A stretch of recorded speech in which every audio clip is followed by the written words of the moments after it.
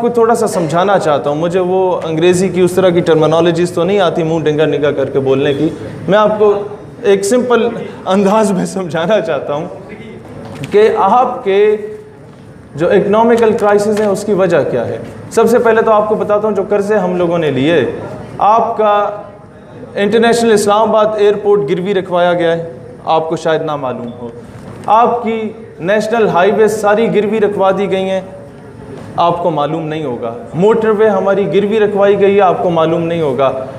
بادشاہی مسجد اور اس میں موجود سارے جتنے حضور اور امام حسین سے ریلیٹڈ وہاں چیزیں موجود ہیں وہ تبرکات گروی رکھوا دیے گئے, آپ کو شاید معلوم نہیں. اور سب سے بڑھ کے آپ کے جو تعلیمی نصاب پہ انویسٹمنٹ کی جاتی ہے اور ہم نعرے لگا رہے ہوتے ہیں یو ایس ایڈ کی مد میں جو اربوں ڈالرز ہمیں دیے جاتے ہیں, آپ کو میں بتاتا ہوں وہ آپ کی پھوپھی کے بچے ہیں جو آپ کو دے رہے ہیں. ڈیمانڈز ہوتی ہیں نا کچھ.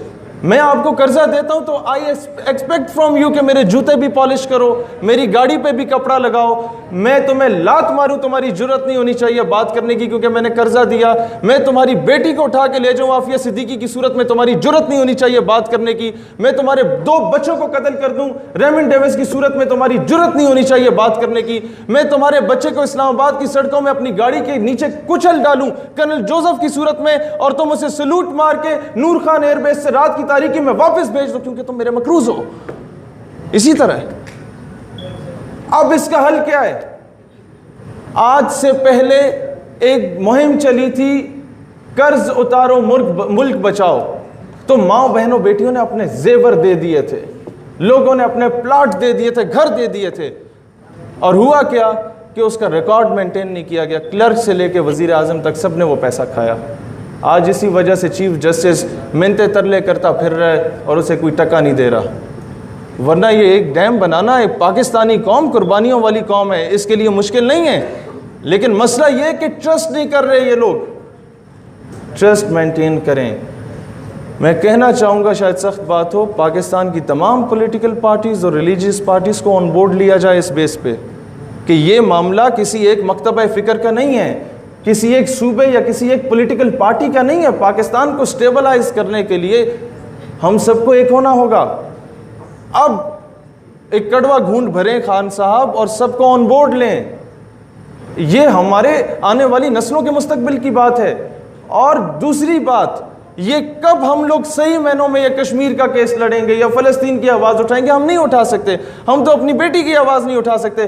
ہمارا وہ 3rd کلاس فورن آفس کا نمائندہ جا کے کہتا ہے کہ جی عافیہ پاکستان نہیں آنا چاہتی, اس کے ساتھ ڈیلی ریپ کیا جاتا ہے, وہ پاکستان نہیں آنا چاہتی. سخت بات کرنے لگا ہوں معذرت کے ساتھ. اس کی بہن کو کوئی اٹھا کے لے جائے اور بولے کہ جی وہ ابھی واپس آنے نہیں چاہتی. یہ تو اس طرح کی مثال ہے.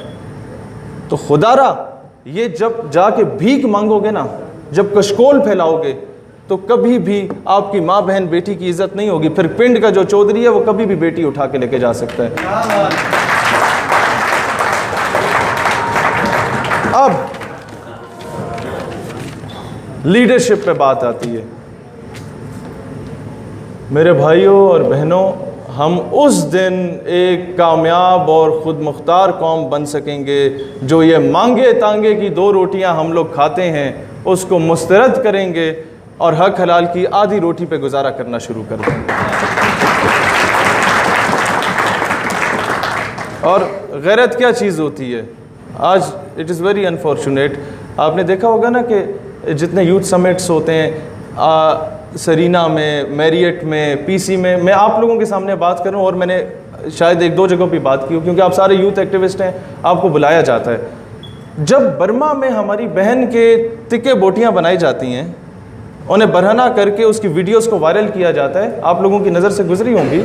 جب فلسطین میں مسلمان بیٹی کے ساتھ ریپ کیا جاتا ہے یا اس کے عبایا کو یا دوپٹے کو زبردستی کھینچ لیا جاتا ہے, اور یہ پتہ چلتا ہے کہ پاکستانی قوم بر صغیر کا جو خطہ یہ بڑا جذباتی خطہ ہے, یہ دوبارہ میدان عمل میں کہیں نہ آ جائے, یہ کہیں قلم چھوڑ کے ہتھیار نہ اٹھا لے, تو ہوتا کیا ہے کہ پوری یونیورسٹیز اور کالجز سے ٹاپ کلاس کے پڑھے لکھے زبردست انرجیٹک اسٹوڈنٹس کو اکٹھا کیا جاتا ہے. اور انوائٹ کیا جاتا ہے امریکن ایمبیسیڈر کی جانب سے سرینا میں یا میریٹ میں. وہاں آ کے امریکن ایمبیسیڈر آپ کو درس دیتا ہے کہ بیٹا Islam is a very beautiful religion, it teaches us the message of love, peace and interfaith harmony. سمجھ رہے ہیں؟ آپ جا کے اسے بولیں انکل جان بالکل اسلام امن کا درس دیتا ہے, لیکن آج آپ یہ امن کا درس ہمیں نہ دیں, جا کے نیٹو فورسز کو دیں یا اسرائیل کو دیں جو کہ معصوم لوگوں کا قتل عام کر رہا ہے. اصل دہشت گرد کو دہشت گرد کہنا سیکھو.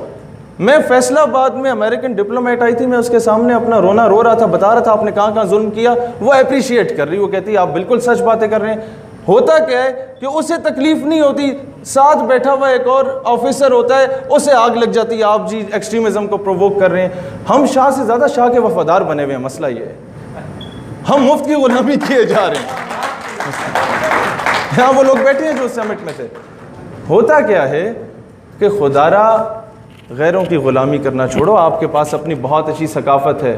یہ جو سندھی, بلوچی, پنجابی, پٹھان, گلگتی, کشمیری, یہ جو ثقافتوں کا مظاہرہ کیا گیا, مجھے بتا دو کہ ہیری پوٹر جیسے وہ خسرے اس سے اچھا گاتے ہیں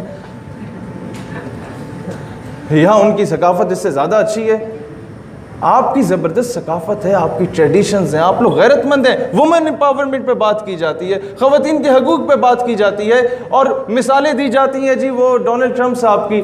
بھائی مثالیں دو کہ ایک بہن نے خط لکھا کہ مجھ سے زیادتی ہو رہی ہے, ہمیں قید کیا گیا, تو 17 سال کی عمر میں بن قاسم آتا ہے اور سندھ کو فتح کر دیتا ہے اس بہن کی خاطر. یہ اسلام ہے. وومن امپاورمنٹ کی بات کی جاتی ہے, وومن امپاورمنٹ. نیلسن منڈیلا کی مثال دی جاتی ہے, کالے گورے کا فرق مٹا دو, فلاں کر دو. بہت اچھا آدمی تھا نیلسن منڈیلا, لیکن یہ بھی بتا دو کہ کالے گورے کا فرق آج سے 1400 سال پہلے بلال حبشی کو کعبہ کی چھت پہ کھڑے ہو کے اذان دلوا کے ختم کر دیا گیا تھا.